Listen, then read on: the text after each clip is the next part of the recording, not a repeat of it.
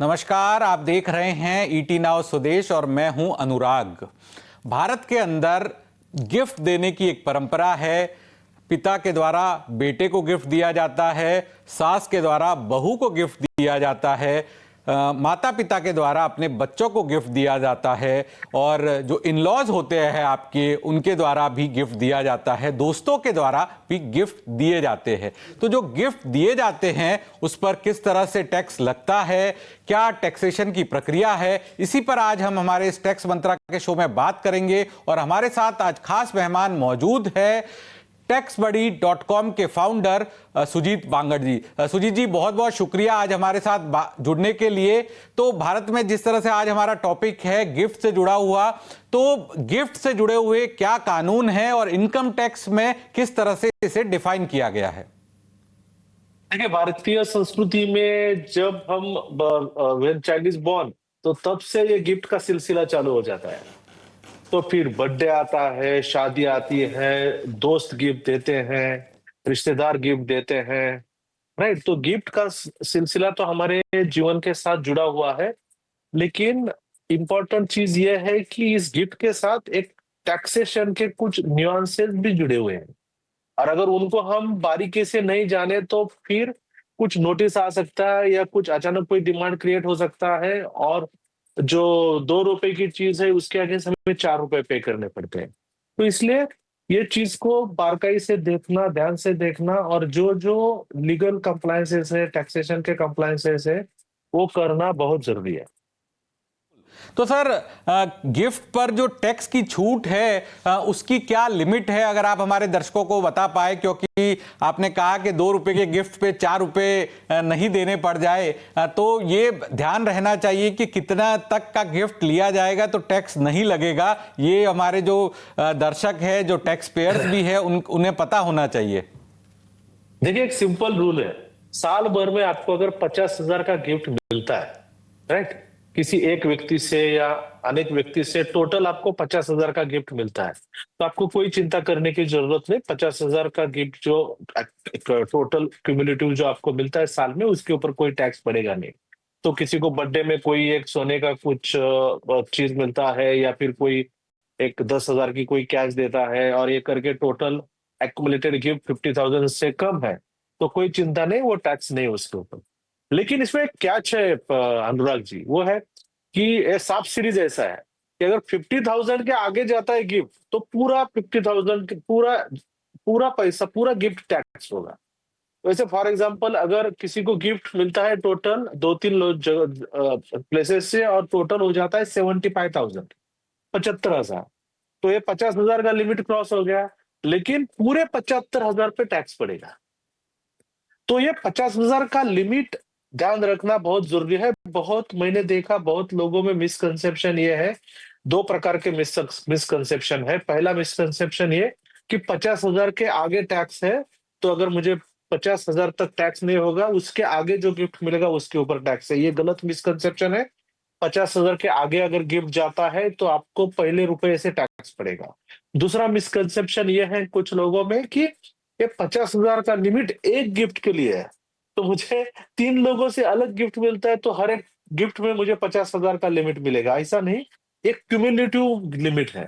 तो 3-4 जगहों से भी गिफ्ट मिलता है, तो उसका टोटल अगर 50,000 होता है, तो मेरा वो लिमिट क्रॉस हो गया, और 50,000 के आगे जाता है तो 1 रुपए से जो टोटल गिफ्ट अमाउंट है उसके ऊपर टैक्स पड़ेगा, और वो टैक्स भी स्लैब रेट के हिसाब उस से पर पड़ेगा। टैक्स लगेगा। तो जो दर्शक इससे देख रहे हैं उन्हें समझने की जरूरत है कि 50,000 से ज्यादा जितनी भी राशि होती है तो उस पूरी राशि पर आपको टैक्स लगेगा। लेकिन क्या सर इसमें ऐसे कुछ नियम हैं कि अगर आप कैश में जो गिफ्ट लेते हैं और जो चेक से गिफ्ट लेते हैं उसमें कोई डिफरेंशिएशन है, या फिर कैश का जो गिफ्ट है वो आप शो ही नहीं करें तो वो राशि शामिल नहीं होगी? देखिए, कैश का जो गिफ्ट है वो शो करना न करना, ये जिसको गिफ्ट मिला है और जो उसने गिफ्ट दिया है उनके ऊपर है। तो जब जब वो कोई दिखेगा ही, कुछ गिफ्ट कोई बताएगा ही, मतलब कोई शो ही नहीं करेगा, तो वो फिर टैक्स अथॉरिटीज को या टैक्स सिस्टम को पता चलने का कोई way out easy way out नहीं है। But as a responsible citizen हमें कोई भी गिफ्ट मिलता है तो हमें वो देखना चाहिए कि वो टैक्स एग्जेम्पशन लिमिट में है, अगर नहीं है तो हमें वो रिपोर्ट करना चाहिए, क्योंकि उस पैसे का जब यूटिलाइज करेंगे और उस यूटिलाइज करने के बाद वो पैसा जब रिकॉर्ड में आ जाएगा तो फिर हमें टैक्स डिपार्टमेंट की क्वेरी आ सकती है, और फिर उसका सोर्स जब बताने की नौबत आएगी तब हम किसी प्रॉब्लम में फंस सकते हैं। तो इसलिए एज अ रिस्पॉन्सिबल सिटीजन आपको कोई गिफ्ट मिलता है तो पहले देखिए ये टैक्सेबल है या नहीं है, और अगर वो एग्जेम्प्ट है तो वो एग्जेम्प्ट पकड़िए, एग्जेम्प्ट नहीं है, टैक्सेबल है, तो आप प्रॉपरली वो रिपोर्ट कीजिए। दूसरी चीज आपकी जो कैश में गिफ्ट लेना, तो देखिए आजकल ऐसा है ना कि दो चीजें, कोई भी पेमेंट कर रहे हो तो एक तो उसका टीडीएस करो या फिर वो चेक से भेजो। ये थंब रूल बनाया गया है आजकल, क्योंकि इतना डेटा इंटीग्रेशन हुआ है और रूल्स इतने स्ट्रिंजेंट हुए हैं। मेरा तो सजेशन है कि कोई भी गिफ्ट आप दे रहे हो तो अगर आप 10,000 से ज्यादा आपको किसी को देना है तो आप चेक से ही दे दो। अगर कैश कैश से आपको किसी को देना है और तो अमाउंट 10,000 के नीचे ही रखो, क्योंकि ये जो इनकम टैक्स के जो प्रोविजंस है वो प्रोविजन बहुत स्ट्रिंजेंट बन रहे हैं। और 269 एस टीटी रिलेटेड जो cash donation, cash loan, cash advances, इसके ऊपर के जो प्रोविजंस है वो बहुत स्ट्रिंजेंट है। तो it's better to be safe than worry. तो अगर कैश का किसी को गिफ्ट देना है तो 10,000 तक दे दो, 10,000 से आगे देना है तो अपना यूपीआई से पैसा ट्रांसफर करो। उल्टा कैश देने से आजकल यूपीआई से पैसा देना आसान है। 1000 से कम का ही आप कैश गिफ्ट दीजिए, ये सुजीत जी का कहना है। सुजीत जी, ये तो हमने बात करी पैसे की, कैश में या फिर यूपीआई में आप गिफ्ट दे रहे हैं, चेक से गिफ्ट दे रहे हैं, लेकिन गिफ्ट जो है परिवार के अंदर अलग तरीके से भी मिलते हैं। प्रॉपर्टी का भी गिफ्ट मिलता है, मकान का भी गिफ्ट मिलता है, और भी जो असेट्स है उनका गिफ्ट मिलता है। तो उस पे किस तरह से टैक्सेशन लगता है और उसकी कीमत किस तरह से तय की जाती है और उसका वैल्यूएशन कैसे होता है? देखिए, सबसे पहली चीज है गिफ्ट का वैल्यूएशन, फिर है गिफ्ट का टैक्सेशन। तो हम पहले हम वैल्यूएशन के ऊपर बात करते हैं और फिर टैक्सेशन। तो वैल्यूएशन, अगर कोई प्रॉपर्टी मिलती है, कोई एक फ्लैट है, वो फ्लैट किसी ने किसी को गिफ्ट करके दे दिया, तो उसकी वैल्यू कैसे डिटरमाइन होती है? तो इसकी होते हैं फेयर, वो पहली चीज है वो गिफ्ट क्यों गिना जाता है। थियोरेटिकली गिफ्ट इसलिए गिना जाता है कि एक चीज इस बंदे को किसी को मिली और उसकी जो फेयर मार्केट वैल्यू है वो कंसिडरेशन उसने दिया नहीं उसको, इसलिए उसको गिफ्ट करके कंसिडर किया जाता है।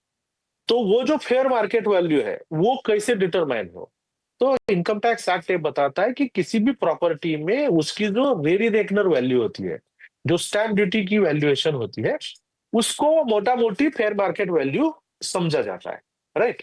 तो किसी ने किसी को एक आधा फ्लैट दे दिया गिफ्ट में, तो उसका स्टैंप ड्यूटी का, रेडी रेकनर का वैल्यूएशन अगर 1 करोड़ का है, तो ये एज्यूम किया जाएगा कि उस बंदे को 1 करोड़ का गिफ्ट मिल गया। राइट। क्योंकि उसकी रेडी रेकनर की वैल्यू 1 करोड़ है। नाउ उस 1 करोड़ के ऊपर उसको टैक्स पड़ेगा या नहीं पड़ेगा?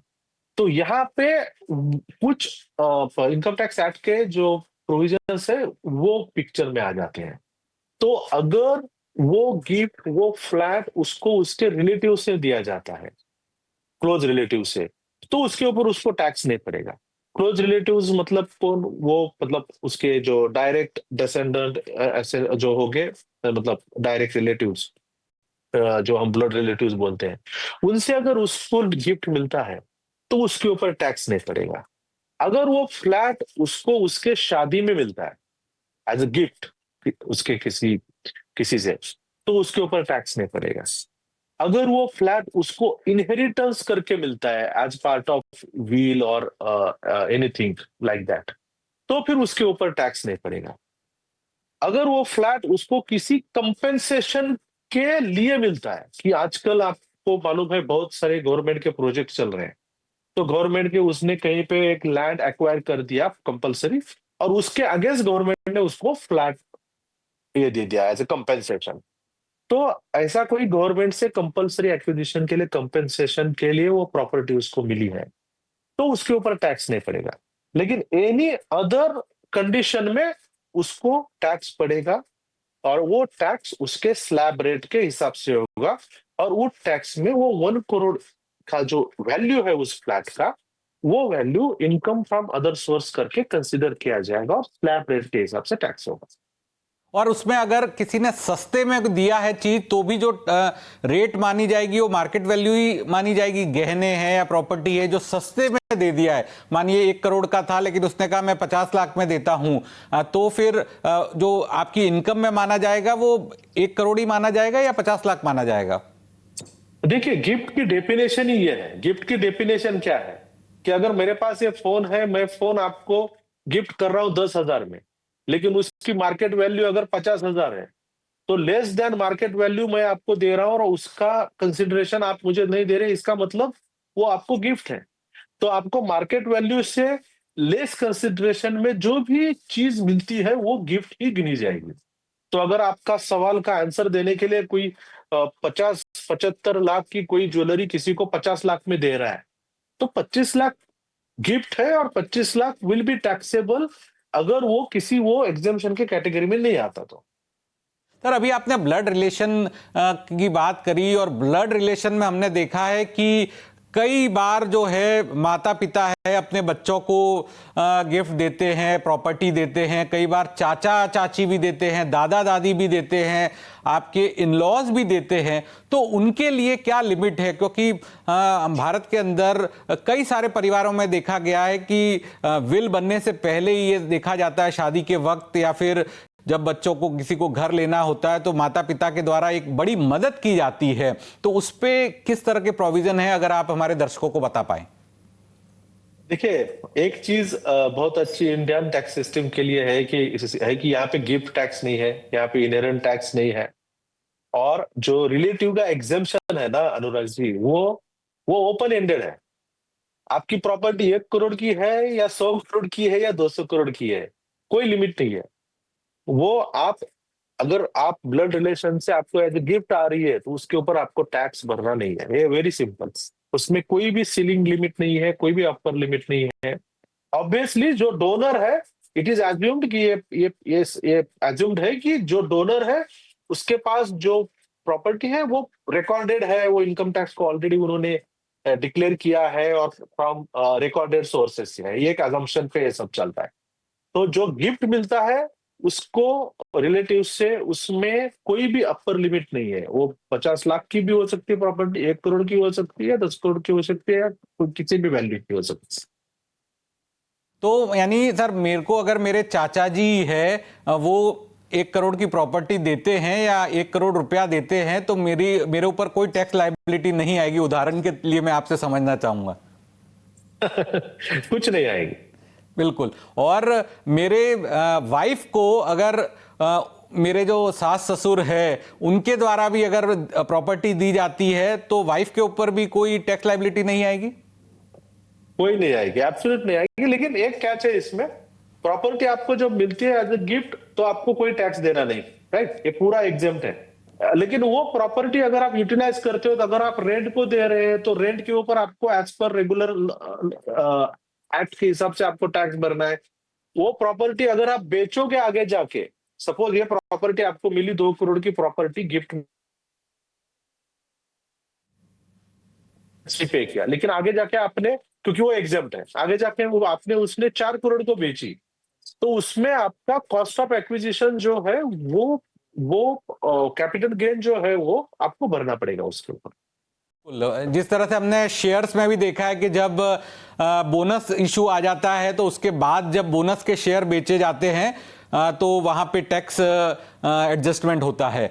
इसी को मैं आगे बढ़ाता हूं। तो ब्लड रिलेशन की जब बात थी, जब आपने बता दिया कि ब्लड रिलेशन के अंदर जो भी आपको गिफ्ट मिलेगा, प्रॉपर्टी या पैसा, तो पूरी तरह से एग्जम्प्ट होगा, तो वो फैमिली ट्री कहां तक जाती है जहां पर ब्लड रिलेशन को डिफाइन किया गया है इनकम टैक्स लॉ में? देखिए, इनकम टैक्स लॉ क्या बोलता है कि जो डोनर है वो खुद, उसकी वाइफ, राइट, उसके उसके खुद मतलब डोनर और उसका द डोनर एंड हिज और हर स्पाउस, उसके खुद के माता पिता और स्पाउस के माता पिता, और फिर उनके डायरेक्ट डिसेंडेंट एंड असेंडेंट। तो डायरेक्ट डिसेंडेंट एंड असेंडेंट जो बोलते हैं वो एक लेवल तक आते हैं। मतलब उनके बेटा, मतलब लाइक दैट कि वाइफ वाइफ के माता पिता, वाइफ के ब्रदर सिस्टर, और नीचे ग्रैंड पेरेंट्स, और नाना नानी, दादा दादी, यहाँ तक। तो इसके एक लेवल के बियॉन्ड नहीं जाता। तो यहाँ पे वो वेल डिफाइंड है हु रिलेटिव्स आर। पूरी तरह से इनकम टैक्स एक्ट में वेल डिफाइंड है कि रिश्तेदार आपके कौन है, और रिश्तेदारों से अगर आपको गिफ्ट मिलता है तो किसी भी तरह की टैक्स लायबिलिटी नहीं आती। और भारत के जो इनकम टैक्स नियम यही बताते हैं कि उसकी अपर लिमिट भी कोई भी हो सकती है। अब सर आपसे समझना ये होगा कि जब आईटीआर भरने जा रहे हैं तो वहां पर इसे किस सेक्शन में बताना होता है, और क्या जो इसकी रेट है वो गिफ्ट में जो आपको पैसा मिला है उस पे जो रेट है वो आपकी स्लैब रेट के हिसाब से आती है, या फिर हमने देखा है कि शेयर्स वगैरह में जो रेट्स अलग लगती है शॉर्ट टर्म कैपिटल गेन की या लॉन्ग टर्म कैपिटल गेन की, उस हिसाब से टैक्स लगता है? देखिए, इसमें आपको कोई भी प्रॉपर्टी या कोई भी असेट आपको गिफ्ट में मिले, right, it has only one colour, income from other source. तो उसका मॉनेटरी वैल्यू आप निकालेंगे जिस वैल्यू का प्रॉपर्टी या एसेट आपको मिला है एज ए गिफ्ट। अगर उसका वैल्यू आ रहा है सपोज 60 लाख रुपीज, राइट, तो 60 लाख रुपीज आपका इनकम फ्रॉम अदर सोर्स करके कंसिडर किया जाएगा। इनकम फ्रॉम अदर सोर्स जो हेड्स ऑफ इनकम है ना, income from salary, income from business, income from capital gain, like income from other source करके उसको कंसिडर किया जाएगा। और उसका टैक्सेशन, उसको कोई स्पेशल रेट से टैक्सेशन नहीं होगा, उसका taxation as per slab rate से होगा। तो what does it mean? It mean that कि अगर मुझे गिफ्ट मिला है 3 लाख का और मेरा बाकी सारा इनकम जो है वो 8 लाख का है, तो टोटल मिला के 11 लाख आ रहा है मेरा इनकम। तो टोटल 12 लाख से नीचे है, तो 12 लाख से नीचे है तो मुझे वो बेनिफिट मिलेगा रिबेट का। तो रिबेट का बेनिफिट मिलेगा तो मेरा टैक्स प्रैक्टिकली नील हो जाएगा। तो ये मेरा जो गिफ्ट मेरा 50,000 से ज्यादा है फिर भी मेरा टैक्स 0 हो सकता है, क्योंकि मेरा टोटल इनकम 12 लाख से नीचे है। ये मीनिंग है स्लैब रेट के हिसाब से। दूसरा एस्पेक्ट यह है कि अगर स्लैब रेट के हिसाब से मेरा already income higher tax bracket में आ रहा है 30% में, तो मुझे जो गिफ्ट मिल रहा है वो 30% से टैक्स होगा, लाइक दैट। तो ये स्लैब रेट के हिसाब से टैक्स होगा, इनकम फ्रॉम अदर सोर्स करके टैक्स होगा। तो ये भी ध्यान रखने की जरूरत है कि आप गिफ्ट लेते समय अपना ओवरऑल इनकम भी देख ले, क्योंकि वो गिफ्ट ही आपको स्लैब, पूरी तरह से स्लैब बढ़ा देगा और टैक्सेशन भी बढ़ा देगा। तो इसमें ये भी विकल्प रख सकते हैं लोग कि उस गिफ्ट को हस्बैंड वाइफ में डिस्ट्रीब्यूट कर दिया जाए, या फिर किसी और ज्यादा लोगों के साथ डिस्ट्रीब्यूट कर दिया जाए, तो जो स्लैब रेट की टैक्सेशन से भी बचा जा सके और ओवरऑल लाइबिलिटी को कम किया जा सके। एब्सोल्युटली, अगर आपको नॉन रिलेटिव से 10 लाख का गिफ्ट आ रहा है और अगर आप वो गिफ्ट स्प्लिट करते हैं हस्बैंड और वाइफ में, तो obviously 5 lakh 5 lakh each case में जाएगा और दोनों के यहाँ स्लैब रेट का बेनिफिट वो ले सकते हैं। सर अब एक जब नॉन रिलेटिव की बात हुई तो दोस्तों के द्वारा भी हमने देखा है कि आजकल गिफ्ट दिए जाते हैं शादी के मौके पर, घर खरीदने के मौके पर, और भी किसी की 25वीं एनिवर्सरी के मौके पर दोस्तों के द्वारा गिफ्ट दिए जाते हैं। तो उस पे भी स्लैब रेट के तौर पे ही आपको गिफ्ट टैक्स लगेगा, और जिस दोस्त ने गिफ्ट दिया है वो अपनी बुक्स में उसे कैसे दिखाएगा? देखिए, आपको गिफ्ट किसी से भी मिले, राइट, टैक्स का प्रोविजन सेम है। सिर्फ एक ही कैच है, वो रिलेटिव से है तो एग्जेम्प्ट है, या फिर वो कुछ स्पेशल ओकेजन में है, मैरिज में है तो एग्जेम्प्ट है, अदरवाइज, या फिर कोई गवर्नमेंट एक्विजिशन में आता है तो एग्जेम्प्ट है। Otherwise any gift from anybody, आपके दुश्मन से भी गिफ्ट मिलता है तो भी टैक्सेबल है, दोस्त से भी मिलता है तो टैक्सेबल है, वो सेम है, लाइक दैट। आपका दूसरा क्वेश्चन कौन सा था अनुराग जी, ये इसको जोड़ के? जिसने गिफ्ट दिया है, जिसने दोस्त ने गिफ्ट दिया है, तो वो अपने अकाउंट्स में उसे कैसे हाँ, हाँ, दर्शाएगा? हाँ। देखिए, सिंपल है, अगर मैं किसी को गिफ्ट देता हूं, राइट, तो ऑब्वियसली वो होगा कैपिटल अकाउंट, मतलब मेरा पर्सनल जो एक्युमुलेटेड कैपिटल है उससे वो माइनस हो जाएगा। तो अगर कोई कंपनी गिफ्ट दे रही है तो उनका, उनके बुक्स में वो गिफ्ट करके सेल्स प्रमोशन या किसी में कैटेगरी में वो शायद, आज if it is allowed by accounting policy in that case, तो वो डाल सकते हैं लाइक दैट। पर कोई इंडिविजुअल दे रहा है तो ऑब्वियसली इट इज उसके कैपिटल अकाउंट से विड्रॉल होगा, मतलब पर्सनल कैपिटल अकाउंट जो होता है इंडिविजुअल का, राइट, उससे वो it will be like a debit to that, उससे विड्रॉल के जैसा होगा। एक छोटा सा उदाहरण आपसे समझना चाहूंगा कि एक दो दोस्त हैं, उसमें एक दोस्त की स्थिति इतनी बेहतर नहीं है और दूसरे दोस्त की स्थिति काफी बेहतर है। तो एक दोस्त ने 1 लाख रुपया अपने दूसरे दोस्त को ट्रांसफर कर दिया और उसे बोल दिया आज तेरी स्थिति बेहतर नहीं है तो मेरी तरफ से ये मदद है। तो जिसको ये मदद मिली है तो उसके लिए पूरी तरह से इनकम टैक्स की लायबिलिटी आ जाएगी। देखिए, अगर वो बोलता है मदद है तो मदद होती है कि रिवर्सिबल नहीं होती को, मतलब जब मदद कर रहा है तो वो वापस नहीं लेने वाला, इसका मन ये है। जब वो वापस, अगर वो वापस लेने वाला है तो वो लोन हो गया, राइट, तो वो लोन हो गया। तो लोन के केस में ऑब्वियसली जिसको पैसा दिया है उसको लोन दिया है तो वहां इनकम का सवाल नहीं आएगा। लेकिन अगर वो मदद है तो मदद इज लाइक अ गिफ्ट, मदद is like a one way transfer of money. तो मदद will be considered as gift, मदद जो है वो गिफ्ट जैसी कंसिडर होगी और उसका टैक्सेबिलिटी उसके हैंड्स में आ जाएगा, जैसे हम बोल रहे हैं उस हिसाब से। तो कोई इंडिविजुअल किसी को आउट ऑफ जस्ट अफेक्शन या कंसर्न कोई मदद कर रहा है तो उसका टैक्सेशन का इम्प्लीकेशन 100% आ सकता है, 100%। मदद का तो ये इंपॉर्टेंट चीज है देखने के लिए। बिल्कुल, क्योंकि हमने देखा है सर आज के दिनों में बहुत सारे जो लोग हैं वो एक दूसरे से पैसा ले लेते हैं और उन्हें ये पता नहीं होता कि इसकी टैक्स लायबिलिटी भी आगे बन के आएगी और टैक्स इंप्लीकेशन भी होंगे। और उस टैक्स इंप्लीकेशन से बचना है तो आपने जो पैसा लिया है उसे वापस आप लौटा दीजिए, जिसे लोन के तौर पे देखा जाएगा और उस पर कोई टैक्स लायबिलिटी नहीं आएगी। करेक्ट, बिल्कुल। और इसमें सर जो गिफ्ट की हमने पूरी चर्चा करी इस शो के अंदर, तो वहां उस गिफ्ट से भले ही अगर वो गिफ्ट है वो रिलेटिव से मिले हो, ब्लड रिलेशन से मिले हो, और वहां पे जो इनकम जनरेट होगी उस पे जो इनकम होगी वो कौन से हेड के अंदर काउंट होगी और उस पे किस तरह से टैक्सेशन लगेगा।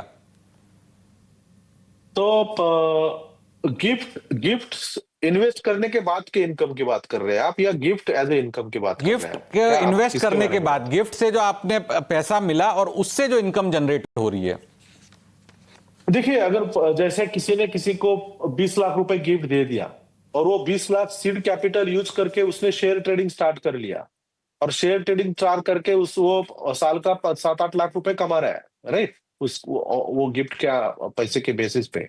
तो वो गिफ्ट का पैसा एग्जेम्प्ट है नहीं एग्जेम्प्ट है ये तो ऑलरेडी हमने डिसाइड कर दिया, राइट। वंस हमने डिसाइड कर दिया, इनकम टैक्स रिटर्न में रिपोर्ट कर दिया, तो वो मैटर एंड हो गया वहीं पे। अभी उस पैसे के ऊपर मैं जो भी कमाऊंगा, जो राशि में कमाऊंगा, उसको इनकम टैक्स एक्ट के हिसाब से जो भी रेट है, जो भी टैक्सेशन है, वो रूल्स लगेंगे। तब वो पैसा मैंने गिफ्टेड कैपिटल से जनरेट किया है या किसी और कैपिटल से जनरेट किया है, इस चीज का कोई लेना देना नहीं है। तो आंसर योर क्वेश्चन, उस पैसे पे जो भी मैं इनकम कमाऊंगा, कोई इंडिविजुअल कोई भी इनकम कमाएगा, उसके ऊपर रेगुलर उस इनकम के हिसाब से टैक्स पड़ेगा, बिल्कुल, जो अदरवाइज पड़ता है, कोई स्पेशल प्रोविजन नहीं। आखिरी सवाल सर, अगर विदेश से आपको गिफ्ट मिलते हैं, भारत की जो बाउंड्रीज है उसके बाहर से आपको गिफ्ट मिलते हैं, तो उसका भी कोई असर पड़ता है या वो भी इसी समान माने जाते हैं? देखिए, गिफ्ट में ऐसा है कि कोई भी आपको एसेट मिलता है, राइट, मूवेबल, इमूवेबल, एनीथिंग, जिसके लिए आप कंसिडरेशन पे नहीं कर रहे, वो गिफ्ट है। तो विदेश से भी आपको कुछ गिफ्ट मिलता है तो वो गिफ्ट ही है, उसकी जो मॉनेटरी वैल्यू है उसके हिसाब से आपको टैक्सेशन होगा। हाँ, विदेश से जो ट्रांजैक्शन होता है उसमें फेमा पिक्चर में आ जाता है, फॉरेन एक्सचेंज मैनेजमेंट एक्ट। तो फेमा रिलेटेड कंप्लायंसेस जो है वो आपको करने चाहिए।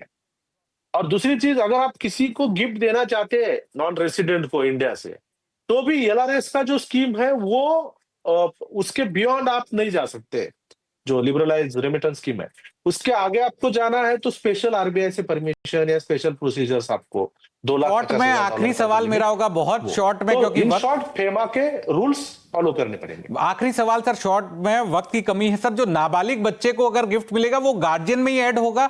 बिल्कुल संक्षिप्त में आपसे समझना चाहूंगा। एग्जैक्टली किसी माइनर को गिफ्ट मिलता है तो वो उसके पेरेंट्स के इनकम में क्लब हो जाएगा। बिल्कुल बिल्कुल। तो बहुत बहुत शुक्रिया सुजीत जी, आज तमाम मुद्दों पर बात करने के लिए। जो आपने गिफ्ट से जुड़ी हुई तमाम पेचीदगियां थी, कुछ मेरे सवाल भी थे वो बहुत बेसिक थे, लेकिन दर्शकों के लिए मैंने वो सवाल पूछे जिससे दर्शकों को पूरी क्लैरिटी आएगी, क्योंकि गिफ्ट का चलन भारत में काफी ज्यादा है और आपने काफी बारीकी से हर एक डिटेल को बताया कि जो आपको गिफ्ट मिलते हैं, रिलेटिव से मिलते हैं, दोस्तों से मिलते हैं, आपके बच्चों को जो गिफ्ट मिलते हैं उस पर टैक्सेशन की क्या प्रक्रिया होती है। तो बहुत बहुत शुक्रिया आज हमारे साथ जुड़ने के लिए। तो ईटी नाउ स्वदेश पर खबरों का सिलसिला जारी है। बाकी खबरों के लिए आप देखते रहिए ईटी नाउ स्वदेश। धन्यवाद।